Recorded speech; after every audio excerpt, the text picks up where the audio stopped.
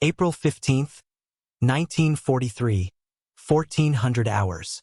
25,000 feet above occupied Belgium, and Hauptmann Werner Schroer of Jagdgeschwader 26 couldn't believe what he was seeing through his Focke-Wulf 190 canopy, because approaching his formation were the most ridiculous aircraft the Luftwaffe had ever encountered in 3 years of aerial warfare, machines so absurdly proportioned that Schroer actually keyed his radio and transmitted words that would echo through aviation history.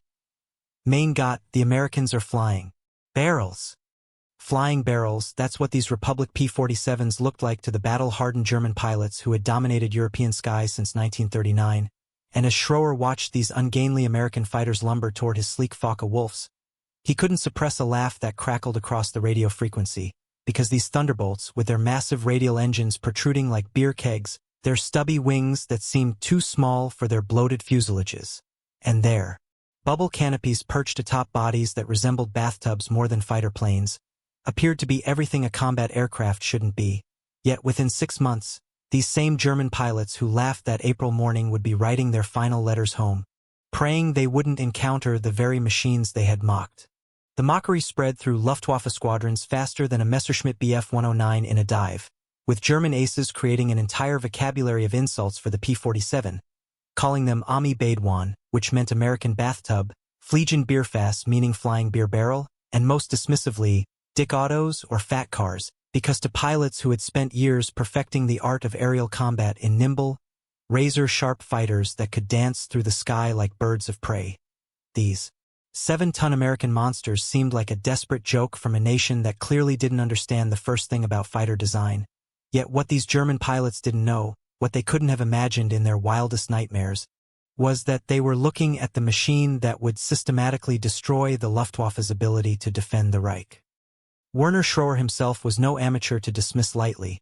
having scored 92 aerial victories by that April day, including 26 four-engine bombers, making him one of the most successful aces flying on the Western Front. And when he evaluated enemy aircraft, his assessment carried weight throughout the fighter wings stationed from Norway to the Mediterranean. So when he reported to his commanding officers that the new American fighters were schwerfällig meaning clumsy and plump, wie ein Gans meaning fat as a goose, the German High Command initially relaxed, believing their Focke-Wulf 190s and Messerschmitt Bf 109s would make short work of these ungainly newcomers. The initial encounters seemed to confirm German assumptions because in those first weeks of April 1943, Luftwaffe pilots found they could outturn the P-47s at low altitude, outclimb them in certain situations, and certainly outmaneuver them in the tight, twisting dogfights that had been the hallmark of aerial combat since the First World War, leading to a false sense of superiority that would prove catastrophically wrong, because what the Germans didn't yet understand was that the Americans weren't trying to build a better dogfighter, they were building something far more terrifying, a high-altitude executioner that would rewrite the rules of aerial warfare. Down at Luftwaffe intelligence headquarters in Berlin,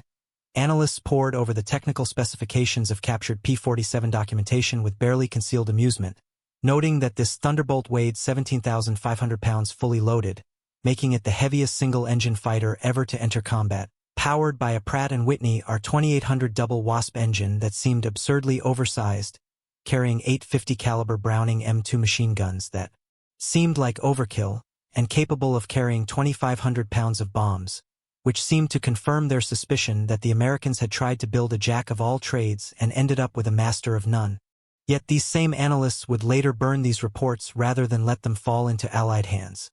ashamed of how wrong they had been. Major Joseph Pips Priller, commanding officer of Jagdgeschwader 26 and one of the Luftwaffe's most respected tacticians, held a pilots' meeting in late April 1943 at their base in Lille-Nord, France, where he stood before a blackboard covered with chalk drawings of the P-47's profile and told his assembled fighter pilots, "Mein Herren, the Americans have sent us targets, not fighters," drawing laughter from the room as he pointed to the Thunderbolts' bulbous nose and said, "Look at this thing, it's like they took a transport plane and tried to make it a fighter." Yet this same Joseph Priller would later write in his memoirs, "We laughed at them in 1943, but by 1944, nobody was laughing anymore." The transformation from mockery to fear didn't happen overnight, but rather through a series of increasingly brutal encounters that taught the Luftwaffe a lesson written in blood and burning aircraft, beginning with what happened on June 26, 1943, when Lieutenant Robert S. Johnson of the 56th Fighter Group encountered German fighters over France in his P-47, an engagement that would become legendary not for what Johnson did, but for what his Thunderbolt survived, because after being bounced by multiple Focke-Wulf 190s, Johnson's aircraft absorbed over 200 hits from both 20mm cannon shells and 7.92mm machine gun rounds. The German pilot who attacked Johnson that day was possibly Oberstleutnant Egon Mayer, commanding officer of Jagdgeschwader II, though this remains disputed by historians, but regardless of the pilot's identity, what happened next sent shockwaves through the Luftwaffe, because after expending his entire ammunition load into Johnson's P-47, watching his cannon shells tear massive holes in the fuselage, seeing pieces of the aircraft break away, observing fuel and oil streaming from multiple punctures, the German pilot pulled alongside the crippled Thunderbolt expecting to see a dead or dying American pilot, only to find Johnson very much alive, his aircraft still flying, still responding to controls, still heading home to England. According to Johnson's own account and German records, the Focke-Wulf pilot was so astonished that he actually shook his head in disbelief, rocked his wings in what might have been a salute, and turned away, leaving Johnson to nurse his devastated but still flying P-47 back across the English Channel, where ground crews would count over 200 bullet holes without even walking around the entire aircraft, finding 21 20mm cannon impacts that should have been fatal, discovering that the armor plating behind Johnson's seat had 5 cannon shell impacts that would have killed him in any other fighter. Yet the Thunderbolt's massive construction had absorbed this punishment and kept flying. Word of Johnson's survival spread through both American and German fighter units like wildfire, with Luftwaffe pilots initially refusing to believe the reports, insisting that no aircraft could survive such damage, claiming the Americans were spreading propaganda, until their own intelligence officers confirmed through intercepted Allied communications and reconnaissance photos of Johnson's damaged aircraft that every word was true, forcing a complete reevaluation of the P-47's combat capability, because if these flying bathtubs could absorb that level of punishment and keep their pilots alive, then everything the Germans thought they knew about air combat was wrong. The Japanese Army Air Force, fighting their own war against American fighters in the Pacific, had their first significant encounter with P-47s in August 1943 when the 348th Fighter Group arrived in New Guinea, and initially Japanese pilots flying their nimble Nakajima Ki-43 Hayabusas and Kawasaki Ki-61 hence shared the German attitude of dismissive amusement, with Major Muraoka Shinichi of the 248th Sentai reportedly telling his pilots that the Americans had sent flying trucks to fight against the warriors of Nippon. Yet this dismissive attitude would cost the Japanese dearly in the months to come. On October 11, 1943, Colonel Neil Ernest Kirby led 4 P-47s from the 348th Fighter Group on a fighter sweep over Wewak, New Guinea, where they encountered approximately 40 Japanese Army aircraft, and what happened next would earn Kirby the Medal of Honor while simultaneously destroying Japanese confidence in their ability to handle the Thunderbolt, because in a battle that lasted less than an hour, Kirby personally shot down 6 enemy aircraft for Nakajima Ki-43s and 2 Kawasaki Ki-61s, while his wingmen destroyed 3 more, achieving a 9-0 victory that stunned Japanese commanders who had believed their pilots' superior skills and more maneuverable aircraft would easily defeat the heavy American fighters.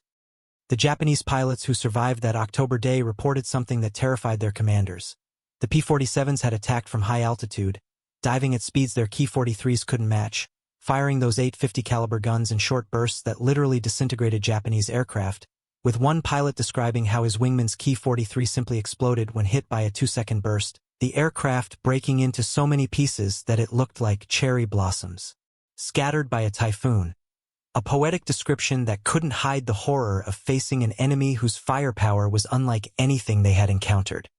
Back in Europe, October 8, 1943, became a date that would haunt the Luftwaffe, because on that day Oberstleutnant Hans Philipp, one of Germany's most decorated fighter aces with 206 aerial victories achieved over 500 combat missions, encountered P-47s from the 56th Fighter Group while leading Jagdgeschwader 1 against American bomber formations attacking Bremen, and despite his incredible experience, despite his tactical genius that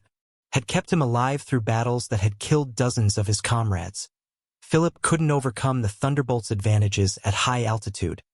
The engagement was brief but decisive, with Philipp attempting to attack the bombers when P-47s dove on his formation from above, and though Philipp managed to claim 1 Thunderbolt destroyed, multiple 50 caliber rounds from what was likely Robert Johnson's aircraft struck Phillips' Focke-Wulf 190, damaging critical systems and forcing the German ace to bail out at low altitude, but his parachute failed to deploy properly, and he fell to his death between Hardenberg and Itterbeck. His body recovered with extensive injuries that testified to both the violence of the 50 caliber impacts and the fatal plunge that followed. Phillips' death sent shockwaves through the Luftwaffe fighter force, because if a pilot of his caliber, with his experience, with his 500 missions of combat wisdom, could be killed by these flying bathtubs, then no German pilot was safe, and the psychological impact was immediate and devastating, with Luftwaffe morale beginning to crack as pilots realized that the Americans hadn't built inferior fighters. They had built something far more dangerous, aerial weapons platforms that could dictate the terms of engagement from altitudes where German fighters struggled to compete. Heinrich Bahr, another legendary Luftwaffe ace who would survive the war with 220 aerial victories, later provided one of the most telling assessments of the P-47 when he said, "The Thunderbolt could absorb an astounding amount of lead and had to be handled very carefully." A grudging admission from a pilot who had shot down every type of Allied aircraft, flown both propeller and jet fighters, and understood aerial combat at a level few humans ever achieved. Yet even he recognized that the P-47 represented something new and terrifying in the evolution of aerial warfare. The Italian Regia Aeronautica, fighting alongside their German allies,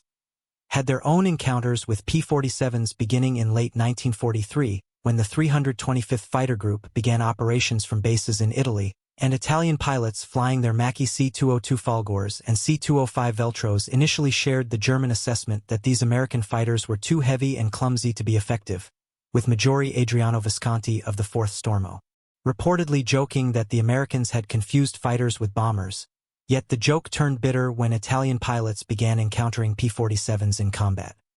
The Italians discovered what the Germans and Japanese were learning simultaneously.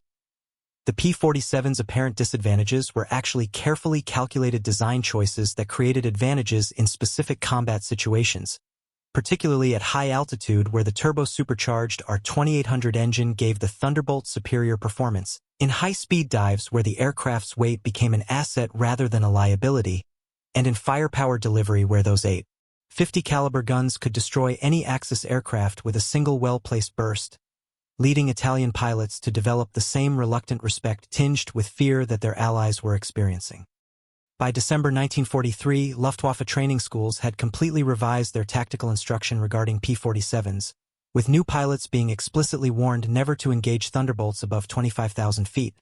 never to attempt diving competitions with them, never to assume a damaged P-47 was out of the fight, and always to respect the reach of those 850 caliber guns, a complete reversal from the dismissive attitude of just 8 months earlier, when instructors had told students that the American fighters would be easy prey for well-trained German pilots. The transformation accelerated in January 1944, when P-47s began appearing with new paddle blade propellers that dramatically improved their rate of climb, shocking German pilots who had become accustomed to escaping by climbing steeply, only to find Thunderbolts following them up, maintaining pursuit where previously they would have fallen behind, and this technological upgrade coincided with improved American tactics that maximized the P-47's strengths while minimizing its weaknesses, creating a synergy that proved devastating to Axis air forces.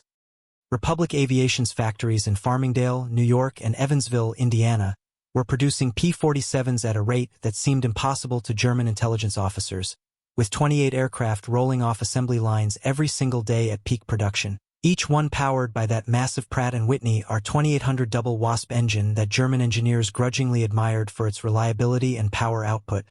each one carrying those 850 caliber Browning machine guns that German pilots had learned to fear, each one protected by armor plating that German ammunition struggled to penetrate effectively.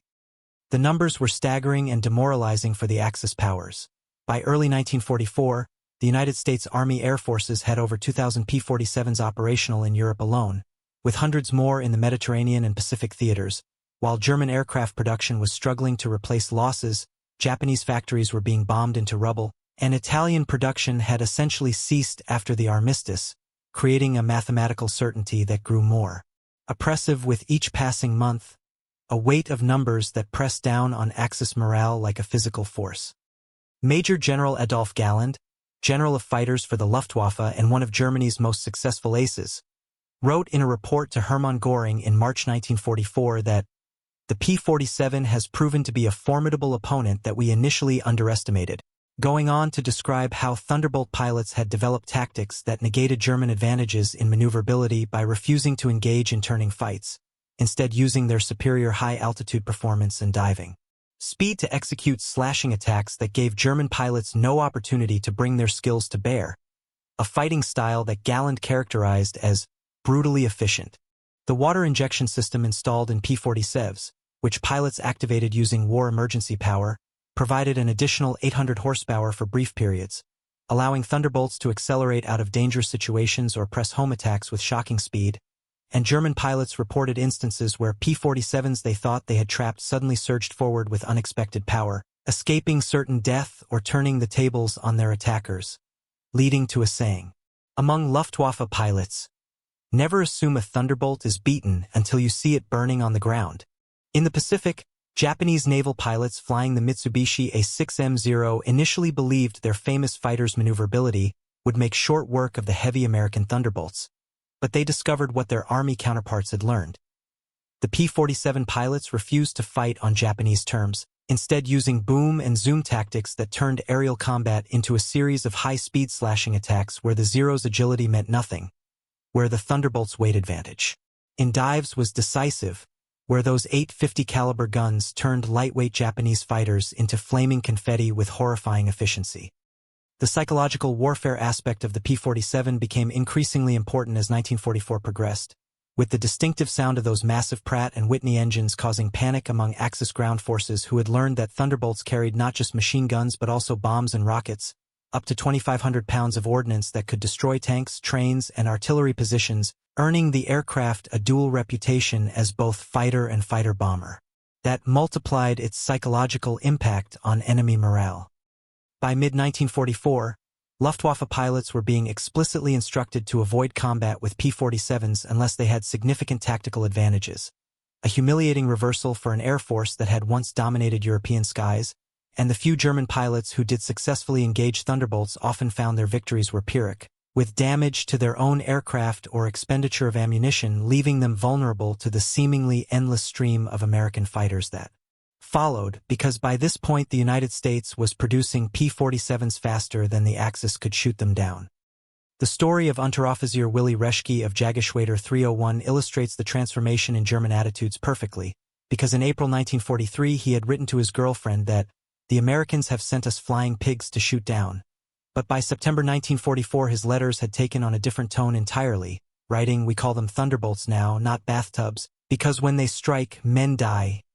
A change in language that reflected a fundamental shift in how the Luftwaffe viewed these aircraft that they had once mocked. Italian pilots who continued fighting with the Aeronautica Nazionale Repubblicana after Italy's division found themselves increasingly reluctant to engage P-47s, with Capitano Adriano Visconti issuing standing orders to his squadron that Thunderbolts were to be avoided unless absolutely necessary for mission success, a tacit admission that the aircraft they had once joked about had become predators to be feared rather than prey to be hunted, and similar orders were being issued throughout Axis air forces as the reality of American aerial dominance became undeniable. The Republic Aviation Factory in Evansville alone produced 6,242 P-47s during the war, with approximately half the workforce being women known as raiderettes, who took pride in building what they called Hitler's nightmare, working 12-hour shifts to ensure that American pilots had the tools they needed to dominate enemy skies, and these workers would paint messages inside fuel tanks and ammunition bays. Messages like, "Give 'em hell," and "This one's for Berlin," knowing that their work would translate directly into Allied victory and Axis defeat. Technical improvements continued throughout 1944, with the P-47D model receiving a bubble canopy that improved pilot visibility, additional fuel capacity that extended range, and refined aerodynamics that improved performance, while maintaining the core characteristics that had made the Thunderbolt so effective. The massive engine that could take damage and keep running, the 850 caliber guns that could destroy any enemy aircraft, and the robust construction that could absorb punishment that would destroy other fighters, creating an evolutionary refinement of an already formidable weapon. The introduction of the P-47N model in early 1945, with its increased range designed for Pacific operations, represented the ultimate evolution of the Thunderbolt design, capable of escorting B-29 superfortresses all the way to Japan, carrying even more fuel and ammunition than earlier models, and demonstrating that American industrial and engineering capability could continuously improve upon already successful designs, while Axis nations struggled simply to maintain production of existing types, let alone develop improvements. German pilots interviewed after the war consistently mentioned the psychological impact of facing P-47s, with Oberfeldwebel Heinz Marquardt describing how you would see them high above, like fat eagles waiting to dive, and you knew that engaging them meant accepting battle on their terms, not ours. While Japanese pilot Lieutenant Kuniyoshi Tanaka recalled that the Thunderbolts guns didn't just shoot down aircraft, they destroyed them completely, leaving nothing but scattered pieces, falling like rain. Testimonies that revealed how deeply the initial mockery had transformed into genuine fear. The statistics tell their own story of dominance. P-47 pilots destroyed over 7,000 enemy aircraft in aerial combat while losing only 3,499 of their own, a kill ratio of better than 2-to-1 that becomes even more impressive when considering that many Thunderbolt losses were to ground fire during low-level attack missions rather than air-to-air combat, and when focusing solely on fighter versus fighter engagements, the P-47's kill ratio often exceeded 4-to-1, numbers that validated every design decision Republic Aviation had made.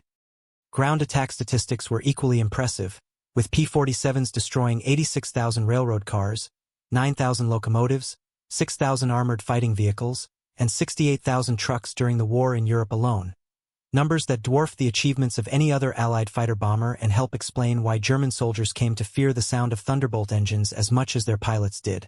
Because these flying bathtubs had proven themselves capable of destroying anything the Wehrmacht could field, from individual soldiers to Tiger tanks. The transformation in Joseph Priller's attitude was perhaps most telling of all, because this veteran pilot who had mocked the P-47 in April 1943 was forced to completely revise his assessment by late 1944, eventually stating that the Thunderbolt was the perfect fighter bomber, praising its guns that never jammed, never overheated, and admitting with bitter honesty that it outmatched our expectations completely, a reversal that would have seemed impossible to the German pilots who had laughed at those first encounters with what they thought were easy targets. Production continued at maximum capacity through the end of the war, with the 15,683rd and final P-47 rolling off the assembly line in October 1945, by which time the aircraft had served in every major theater of war, had been flown by American, British, French, Brazilian, Mexican, and Soviet pilots, had proven itself in roles ranging from high-altitude interceptor to ground attack specialist, and had thoroughly demolished any lingering doubts about its effectiveness, leaving behind a combat record that few aircraft in history could match. The Luftwaffe's own records, captured after the war, revealed the depth of their miscalculation regarding the P-47, with intelligence assessments from late 1944 describing the Thunderbolt as the most dangerous American fighter, and recommending that German pilots avoid engagement unless possessing overwhelming numerical superiority or significant altitude advantage, a complete reversal from the dismissive reports of early 1943 that had characterized the aircraft as inferior in all respects to German fighters. Documents that German intelligence officers had tried to destroy rather than let them serve as evidence of their catastrophic misjudgment. Japanese records told a similar story of initial contempt transformed into grudging respect and eventual fear, with pilot training manuals from late 1944 specifically warning against attempting to engage P-47s in traditional turning fights, instead recommending hit-and-run tactics using superior Japanese maneuverability to avoid the Thunderbolt's devastating firepower. Acknowledgements that the aircraft they had dismissed as American trucks had proven to be more like armored gunships that could dominate any aerial battlefield where they appeared in sufficient numbers. The human cost of underestimating the P-47 was written in the loss records of Axis air forces, with the Luftwaffe losing many of its most experienced pilots to Thunderbolt guns, including aces who had survived years of combat only to fall victim to those 850 calibers, while Japanese Army and Navy air groups were systematically destroyed by P-47-equipped units in the Pacific, their lightweight fighters unable to withstand the concentrated firepower that American pilots had learned to deliver with devastating accuracy. Veterans of all nations who survived the war spoke of the P-47 with a mixture of respect and lingering trauma, with German pilot Hans Rossbach recalling decades later that you could empty your entire ammunition load into a Thunderbolt and watch it fly away, but one good burst from those 8 guns and you were finished. While Japanese veteran Saburo Sakai admitted that we learned to fear the sound of those big engines because it meant death was diving from above. Testimonies that revealed how completely the initial mockery had been replaced by genuine terror. The legacy of the P-47 extended far beyond World War II, with many air forces continuing to operate Thunderbolts into the 1950s and even 1960s, testament to the robust design and continued effectiveness of an aircraft that had been dismissed as a joke by its enemies, and even today, aviation historians consider the P-47 one of the most successful fighter designs ever produced, its combination of firepower, durability, and versatility setting standards that influenced fighter development for decades afterward. Republic Aviation's achievement in designing and producing the P-47 represented more than just a successful aircraft. It demonstrated American industrial capability to mass-produce complex machines while continuously improving them, American tactical flexibility in developing new fighting methods that maximized technological advantages, and American strategic vision in recognizing that air superiority would be won not through individual pilot skill but through overwhelming firepower. And numerical superiority, lessons that would shape military aviation thinking throughout the Cold War and beyond. The irony was not lost on surviving German pilots that the very characteristics they had mocked, the massive size, the enormous weight, the brutish appearance, were precisely what made the P-47 so effective, because that size allowed for heavy armor protection, that weight provided stability for accurate shooting and tremendous diving speed, and that brutal appearance reflected a design philosophy that prioritized function over form, creating a weapon rather than a sports car, a killer rather than a dancer, a thunderbolt rather than a butterfly. In the final analysis, the transformation from flying bathtub to feared predator represented more than just a change in perception. It reflected a fundamental shift in aerial warfare from individual combat between skilled pilots to industrialized destruction delivered by flying weapons platforms. A change that the P-47 embodied perfectly with its massive firepower, its ability to absorb damage, and its role as both fighter and bomber. Capabilities that rendered traditional fighter tactics obsolete and forced a complete reevaluation of air combat doctrine. The last recorded German assessment of the P-47, found in Luftwaffe records dated April 1945, simply stated, "The Thunderbolt remains our most dangerous opponent," a terse admission that contained within it the complete journey from mockery to fear, from dismissive laughter to bitter respect, from calling them flying bathtubs to recognizing them as the instruments of the Luftwaffe's destruction, a transformation written in the blood of thousands of Axis pilots who had learned too late that sometimes the most dangerous predators are the ones that don't look dangerous at all. Today, when aviation enthusiasts see restored P-47s at airshows, they see powerful, purposeful aircraft that exude strength and capability. But it's worth remembering that when these machines first appeared in European skies, they were laughed at, mocked, dismissed as American folly by enemies who thought they knew what a fighter should look like, enemies who paid for that arrogance with their lives, their air forces, and ultimately their nation's defeat, because the P-47 Thunderbolt proved that in modern warfare, it's not the most beautiful aircraft that wins, but the one that delivers the most firepower, absorbs the most damage, and keeps coming back for more. The story of the P-47 serves as a reminder that innovation often comes in unexpected forms, that effectiveness matters more than elegance, and that those who mock new technologies based on appearance alone do so at their own peril. Lessons that remain relevant today as military forces around the world evaluate new weapons systems that may not match traditional expectations but might revolutionize warfare just as thoroughly as the flying bathtub revolutionized aerial combat in World War II. In the end, the Germans, Japanese, and Italians who survived the war would never forget the transformation they witnessed, from laughing at ungainly American fighters to running from them, from mocking their appearance to fearing their approach, from calling them flying bathtubs to knowing them as harbingers of death. A transformation that took less than 2 years but changed the course of aerial warfare forever, proving that in combat, the last laugh belongs not to those who mock, but to those who win, and the P-47 Thunderbolt won decisively, completely, and with a thoroughness that transformed mockery into legend.